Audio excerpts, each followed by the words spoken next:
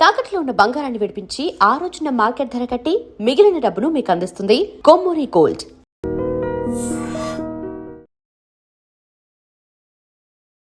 నమస్కారం. Welcome to I dream. ధర్మ మార్గం విత్ విజిత కార్యక్రమానికి స్వాగతం.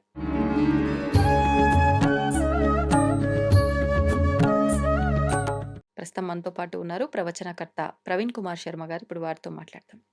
నమస్కారం అండి. నమస్తే అమ్మా. మహాశివరాత్రి రాబోతుంది. మరి మహాశివరాత్రి అసలెందుకు జరుపుకుంటున్నామో దాని వెనకాల ఒక ఆంతర్యము ఉంటుంది. ప్రస్తుతం అయితే కామ్యాల కోసం స్వామిని మనం ఆ రోజున ఆరాధిస్తాము. అభిషేకాలు చేస్తూ ఉంటాము. మళ్ళీ అభిషేకాలు చేయడంలో గూడా భక్తి ఉన్నప్పటికీ ఈ ద్రవ్యంతో అభిషేకం చేస్తే మాకున్న ఈ కోరిక నెరవేరుతుంది అని చెప్పి. అంటే కోరికలు ఉండడం తప్పు కాదు. ఆ కోరిక తీరాలని స్వామిని అడగడం తప్పు కాదేమో! మరి ఏంటి? ఏం చేస్తే ఆ కోరికలు నెరవేరుతాయి? స్వామి అనుగ్రహం మన పైన ఉంటుంది. ఎలా చెయ్యాలసలు? ధర్మ విరుద్ధో భూతేషు కామోస్మి భరతర్షభ అని భగవద్గీతలో కృష్ణ పరమాత్మ ఒక మాట అంటారు. ధర్మానికి విరుద్ధం కాని కోరికల స్వరూపాన్ని నేనే అని. ఓహ్!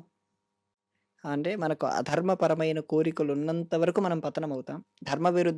ధర్మపరమైనటువంటి కోరికలు ఉన్నంత వరకు భగవంతుడు సపోర్ట్ చేస్తారు. హ్మ్. ఆ సపోర్ట్ చేయటానికే చాలా రకాల పండుగలు, పర్వదినాలు, కాలంలో చాలా రకాలైనటువంటి మహత్యాలు వచ్చే దినాల్ని పట్టుకొని మనం చేస్తూ అవును. ఉంటాం. చేస్తూ ఉంటాం. 11 మాస శివరాత్రులు కలిసి 12వది మాఘ మహాశివరాత్రి. బహుళ చతుర్దశి రోజున వచ్చేదాన్ని మహాశివరాత్రి అని పిలుస్తారు. అవునండి. మహా అనే పదానికే చాలా వైశిష్ట్యం పెట్టారు. 11 సంక్రాంతులు పెట్టే 12వ దాన్నే మకర సంక్రాంతి. మధ్యలో దాన్నే మకర సంక్రాంతి అని పెట్టారు. అవును. ప్రతి దానికి ఒక విశిష్టత ఖచ్చితంగా ఉంటుంది. మనం లోతుగా తెలుసుకుంటే. ఆలోచించాలే అవును. గానీ చాలా వెళ్తూనే ఉంటాం. హ్మ్. ఈ మహాశివరాత్రి ఆవిర్భావం గురించి మీకు చాలా బాగా తెలుసు నాకంటే. నాకేం తెలీదండి. ఇప్పుడు మీరు చెప్తే తెలుసుకుంటా. ఒకరోజు బ్రహ్మ, విష్ణువులు గొడవ పడుతున్నారు. హ్మ్. నేను నీకంటే గొప్పవాడిని. లేదు నేను నీకంటే గొప్పవాడిని. హ్మ్. ఇదొక లీల అంతే. వాళ్ళు నిజంగా గొడవ పడతారనేది కాదు. అదొక లీలగా అంటే శివుడు చేశాడు. జనాలకిది తెలియజేయడం కోసమా? ఎందుకు ఆ లీల? ఆ లీల చెప్తాను. హ్మ్. చివర్లో మీకర్థమవుతుంది. గొడవ పడుతున్నారు. నేను హ్మ్. నీకంటే గొప్పవాడినని బ్రహ్మ. లేదు నేను నిన్ను పుట్టించిన వాడినని విష్ణువు. ఇలా హ్మ్. గొడవలు సాగుతున్నాయి. వాళ్ళ గొడవ చాలా తారాస్థాయిలో ఉంది. ఆ తారాస్థాయిలో ఉండగా వాళ్ళ ఇద్దరి మధ్య ఒక పెద్ద స్తంభం ఆవిర్భవించింది. హ్మ్. ఆ స్తంభం ఆవిర్భవించగానే ఆకాశవాణి ద్వారా కొన్ని మాటలు వినపడ్డాయి. దీని అంతము, దీని తుది ఎవరు తెలుసుకుంటారో వారే గొప్ప అని.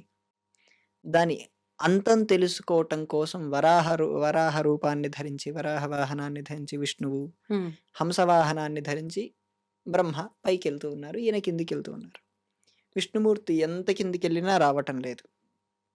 ఇక నేను తెలుసుకోలేదు అని చెప్పి నిజం చెప్దామని పైకొచ్చారు. ఆ!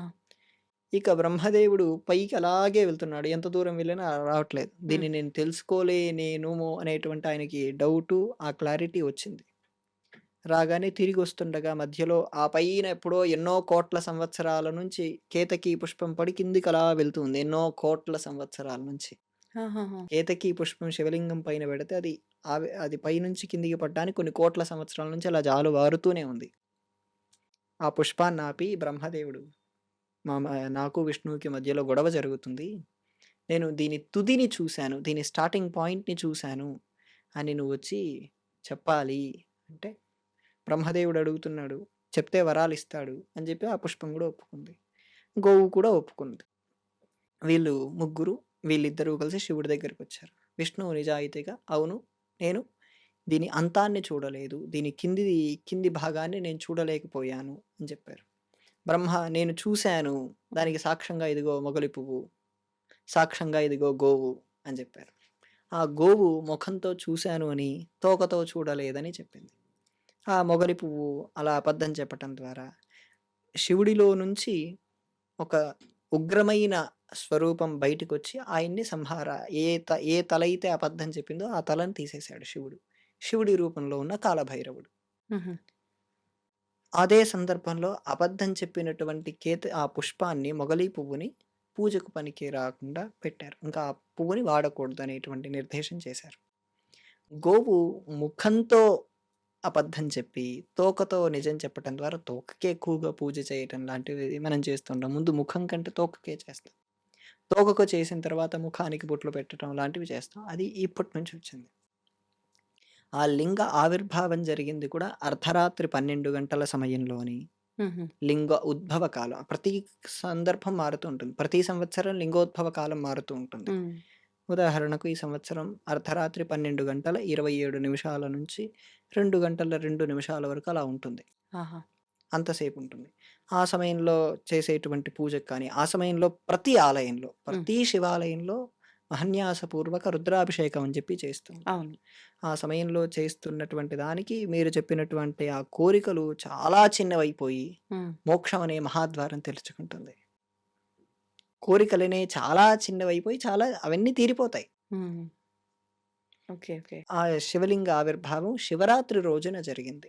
అవి బ్రహ్మాండమంతా వ్యాపించి ఉన్నటువంటి ఆ లింగం అది ఈరోజు జరిగింది కాబట్టి దానికి శివరాత్రి ఆవిర్భావం ఇలా జరిగింది తల్లి. హుహు. ఈ శివరాత్రి రోజున ప్రధానంగా 3 విషయాలు ఉండాలి. ఉపవాసం, జాగరణ, శివ పూజ. దానికి అభిషేకం అని మనం పేరు పెట్టుకోవచ్చు. ఆ! ఈ 3 ఉన్నదాన్ని మహాశివరాత్రి వ్రతం అని పిలుస్తారు. ఈ హ్మ్. 3 చేసేదాన్ని. జాగరణ గురించి శివరాత్రే చాలామంది పాటిస్తాం. అవును. కానీ జాగరణ వైకుంఠ ఏకాదశికి కూడా పాటించాలి. మొన్న జనవరి 1వ తేదీ వచ్చినటువంటి డిసెంబర్ 30 తేదీ వచ్చిన వైకుంఠ ఏకాదశికి కూడా పాటించాలి. ఆహా! కానీ ఏకాదశి పాటించేటువంటి వారు చాలా తక్కువ గానీ, తక్కువుంటారు. జాగరణ అనగానే శివరాత్రి. అంతే. కానీ గ్రామ స్థాయిల్లోకెళ్ళినప్పుడు శివరాత్రి, రాత్రి జాగరణ అంటే సినిమాలు గుర్తొస్తాయి. హ్మ్. శివుడి గురించి సినిమాలేయటం, హ్మ్. సినిమాలు చూపిచ్చేయటం, అదే జాగరణ అని చెప్పేయటం. ఆ! నిజంగా అలాగే చేస్తారు. అలాగే జరుగుతుంది. శివుడి గురించో లేదా ఏదైనా కొత్త సినిమా దేవతా మూవీస్ అన్నీ ఏమన్నా ఉంటే రాత్రిపూట వేసేస్తారు. 2 అయిపోతుంది సినిమా అయిపోయేసరికి. 3, 4 గంటల వరకు ఎక్కడైనా గుళ్ళలో ఏదైనా జరుగుతుంటుంది. చూస్తారు అయిపోయింది 4కి పడుకుంటారు. అవును. కాదు. జాగరణ ఇది కాదు. పొద్దున్నుంచి ఉపవాసం ఉండాలి. హ్మ్. ఇది కామన్. 6 కాలాల్లో పూజలు చేయాలి. హ్మ్. షట్కాల శివ పూజ అంటారు. పొద్దున ప్రతి 2, 2:30 గంటలకు గ్యాప్ ఇచ్చి ఈ పూజ అనేది చేస్తుండాలి. ఓహ్! అలా దీన్ని షట్కాల శివ పూజ అని చెప్పి పగటిపూట 3 సార్లు, రాత్రిపూట 3 3 సార్లు సార్లు అనుకోవచ్చు. చేయాలి. అలా పొద్దున్నే ఒకసారి ప్రారంభమవుతుంది. మళ్ళీ మధ్యాహ్నం అంటే 9 ఆ ప్రాంతంలో మళ్ళీ అవుతుంది. 11:30, 12 ఆ ప్రాంతంలో అయిపోతుంది. మళ్ళీ సాయంత్రం. ఆహా! అలా 3 సాయంత్రం. అలా 6 కాలాల్లో పూజ అనేది ఆ రోజు చాలా ముఖ్యమైనది. హుహు. రాత్రి అంతా పడుకోకుండా పూర్తిగా శివజపం చేస్తూ ఉండాలి. ఆ! శివజపమో, శివధ్యానమో, శివకీర్తనమో పూర్తిగా శివతన్మయంలో ఉండాలి. హుహుహు. ఆ తన్మయత్వంలో ఉండి పొద్దున 6 వరకు అలా చేయాలి. సూర్యోదయం వరకు అలా చేయాలి. హ్మ్. సూర్యోదయం వరకు చేసిన తర్వాత పడుకుంటాను అంటే కుదరదు మళ్ళీ. హ్మ్. అంతసేపు వ్రతం చేశాం గదా! ఆ వ్రతం చేసి మళ్ళీ స్నానం చేసి, మళ్ళీ నిత్యకృత్యాలు చేయాలి. హ్మ్. నిత్యకృత్యాలు పూర్తి చేసుకొని భోజనం చేయాలి. శివుడికి నైవేద్యం పెట్టి భోజనం చేస్తే అప్పుడు ఆ వ్రతం పూర్తవుతుంది. అప్పుడు గూడా మధ్యాహ్నం పడుకోకుండా ఉండలేని వాళ్ళు రాత్రి పడుకోగలిగితే సరిపోతుంది. మధ్యాహ్నం పడుకోగలిగితే పడుకోవచ్చు. శక్తి ఆహా! లేని వాళ్ళు. చాలామంది నైట్ జాగరణ అని జెప్పి ఈరోజు లేట్‌గా లేవడం, లేదంటే ఈరోజు మధ్యాహ్నం పడుకోవడం లాంటివి గూడా చేస్తూ ఉంటారు. అలా చేయొచ్చా? ఈ రేపు జాగరణ చేస్తాం గాబట్టి ఈ రోజంతా పడుకుంటాం. సరిపోతుంది. అహా! శివరాత్రి రోజే పగటిపూట. ఆ! అయ్యో! అయ్యో! మధ్యాహ్నం పూట నిద్ర ఒప్పుకోదు. ఆ! ప్రత్యేకించి ఇలాంటి వ్రత సమయాల్లో నిద్ర అనేది కుదరదు. ఓకే. మామూలు సమయాల్లో అది వాళ్ళిష్టం కానీ, మధ్యాహ్న సమయాల్లో ప్రత్యేకించి వ్రతం చేస్తున్నాం. వాళ్ళేదో వ్రతం చేయము, ఉపవాసం ఉండము, పూజ ఉండము, అభిషేకం చేయించుకుంటాం అంటే అది వాళ్ళిష్టం. హుహు. గుళ్ళోకెళ్తాం, దండం పెట్టుకుంటాం, వస్తామంటే మనం వాళ్ళ గురించి చర్చించుకోవట్లేదు. అంతే. హ్మ్. ఇది పూర్తిగా ఉపవాసం ఉన్న వాళ్ళకి, ఉపవాసం ఆచరిద్దాము అనుకున్న వాళ్ళకైతే ఇది. అంతే. హ్మ్. గుడికెళ్ళాం, దండం పెట్టుకున్నాం, లేదా అభిషేకంలో పాల్గొన్నాం, అయిపోయింది. హ్మ్. తినేస్తాను, పడుకుంటానంటే అవసరం లేదు వాళ్ళకి. హ్మ్. పూర్తి స్థాయిగా ఉపవాసం ఉంటారు అనే వాళ్ళకి, పూర్తి స్థాయిగా శివ పూజ, శివనామం జపం చేసే వాళ్ళందరూ పాటించాల్సిందే ఇది. దీంట్లో మరి కోరికలను బట్టి ఒక్కొక్క ద్రవ్యంతో చేస్తే అనేది ఎంతవరకు వాస్తవం? నిజమేనా అండి ఇది? అంటే ఈ ద్రవ్యంతో చేస్తే ఈ కోరిక నెరవేరుతుంది అనేది వాస్తవమా? 100% వాస్తవం. మరి ఏ ద్రవ్యాలో చెప్తారా? పంచామృతాలు చాలా ప్రధానం. హ్మ్. పాలు, పెరుగు, నెయ్యి, తేనె, పంచదార ఇవి ప్రతి అభిషేకంలో ఉంటాయి. ఇంకా సుగంధ ద్రవ్యాలతో చేస్తారు. హ్మ్. సుగంధ ద్రవ్యాలంటే తెలుసా? ఏలకులు, లవంగాలు. హ్మ్. వీటితో చేస్తారు. ఇవి కాకుండా రసాలతో చేస్తారు. పళ్ళ పళ్ళ రసాలు. రసాలు. హ్మ్. హ్మ్. ఒక్కొక్క రసానికి ఒక్కొక్క రకమైన పద్ధతుంది. హ్మ్. కొంతమంది నూనెలతో కూడా చేస్తూ ఉంటారు. మనం నార్త్ ఇండియాకెళ్తే వాళ్ళు నూనె గూడా ఆవ నూనెలు లాంటివి గూడా శివలింగం పైన పోస్తూ ఉంటారు. అవునా? ఆ! హ్మ్. ఆవాల నూనెతో చేస్తే శత్రునాశనం జరుగుతుందని లాంటివి గూడా వాళ్ళు పాటిస్తారు. ఇది గదా ఇప్పుడు అందరూ జేయాల్సింది. హ్మ్. అంటే బయటి శత్రువుల కంటే మన లోపల ఎంతమంది శత్రువులున్నారో గమనించుకోవాలి. అంతే. బయట ఎప్పుడూ శత్రువులు ఉంటూనే ఉంటారు అందరికీ. కానీ అవును. మన లోపలున్న శత్రువుల్ని ఎప్పుడు పోగొట్టుకుంటాం. హ్మ్. ఆ పోగొట్టుకోవటానికి ఈ వ్రతం చేయాలి. హ్మ్. ముందు మన లోపల శత్రువులు పోతే బయట శత్రువులు ఆటోమేటిక్‌గా నశిస్తారు. ఏదైనా అహంకారం వల్లే గొడవలు స్టార్ట్ అవుతాయి. ఆ! ఈగోయిస్టిక్ అంటాం గదా!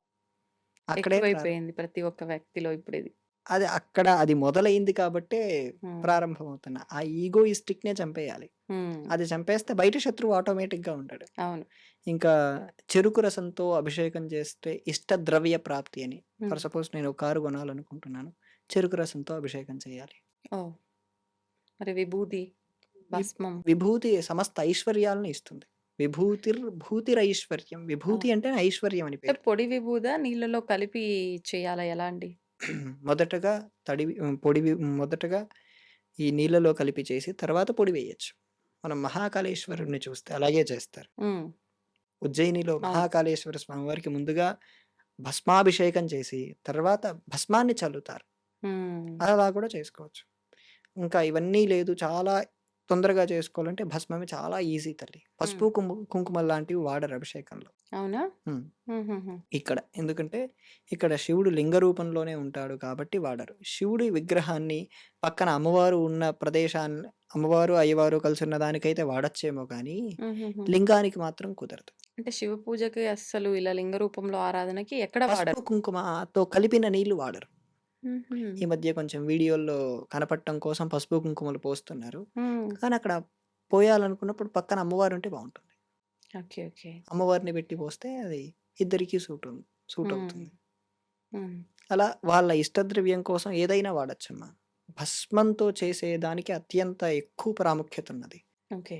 మనకు శివ సహస్రనామం అని ఒకటుంది. మహాభారతంలోనే ఉపమన్యు మహర్షి చెప్తారు. హ్మ్. భస్మశాయి అని దాంట్లో ఒక నామం ఉంది. భస్మంలో పడుకుంటారు తెలుసా?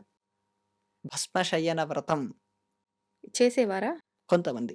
ఆహా! ఇప్పటికి నేను కొంతమందిని చూసాను. నేను ఆ ఎక్కడంటే వ్రతం ఇది ఏ చేయాలి ప్రాంతానికి సంబంధించింది? ప్రాంతంతో సంబంధం లేదు. ఎవరైనా చేయొచ్చు. ఆహా!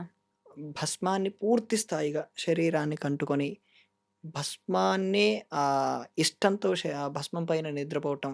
హ్మ్. భస్మశయన వ్రతం అంటారు దీన్ని. దాంట్లో అందుకే ఈ భస్మశాయి అనే నామం కూడా మనకు ఎటువంటి కామ్యం కోసం జేస్తారిది? ఈ వ్రతం? కామ్యాతీతమైన స్థాయి ఇది. హుహుహు. పూర్తి స్థాయి అంటే శివుడిని దర్శింపచేసే స్థాయి. కామ్యం కుదురుతుందా? ఇది అందరికీ సాధ్యపడే వ్రతం కాదైతే. జ్ఞానజ్యోతి విచ్చుకునే స్థాయి. నేను ప్రయత్నం చేయాలని చూస్తున్నాను. ఆ భస్మము అదంతా పద్ధతి అంతా తెలుసుకుంటున్నాను. హుహు. చాలా కొంతమంది చేసిన వాళ్ళ ద్వారా. వాళ్ళు చేసిన వాళ్ళందరూ యోగత్వం పొందలేదు. కానీ జ్ఞానమైతే విచ్చుకుంటుంది. హుహు. ఎందుకంటే భస్మంతో చేసేదే అన్నిటికంటే ఉత్తమమైనది. హ్మ్. ఎందుకంటే ఈ ప్రపంచంలో ఏది కాలిపోయినా మిగిలేది బూడిదే. ఆ బూడిదను కూడా కాలిస్తే మిగిలేదే భస్మం. వీటన్నిటి నుండి రక్షించేవాడు శివుడు. హ్మ్. అందువలన శివుడికి భస్మంతో చేయటం అనేది చాలా అత్యుత్తమమైన విషయం. ఆ రోజు అర్ధరాత్రి కాలంలో ఆహ్, మనకు మంత్రాలేమీ రావు. శ్రీ శివాయ నమః అనే నామమే చెప్పుకొని, హుహు. లేదా ఇవి కూడా అక్కర్లేదు. శివ అనే 2 అక్షరాలు చాలు. ఆ 2 అక్షరాలే ఓ 2,00,000 సార్లు ఆ రోజు జపం చేసి, పోస్తూ ఉంటే ఏ కామ్యమైనా వాటెవర్ ఇట్ మైట్ బి ఆ! అవుతుంది. సంతోషమండి. చాలా చక్కగా వివరించారు. నమస్తే అమ్మ.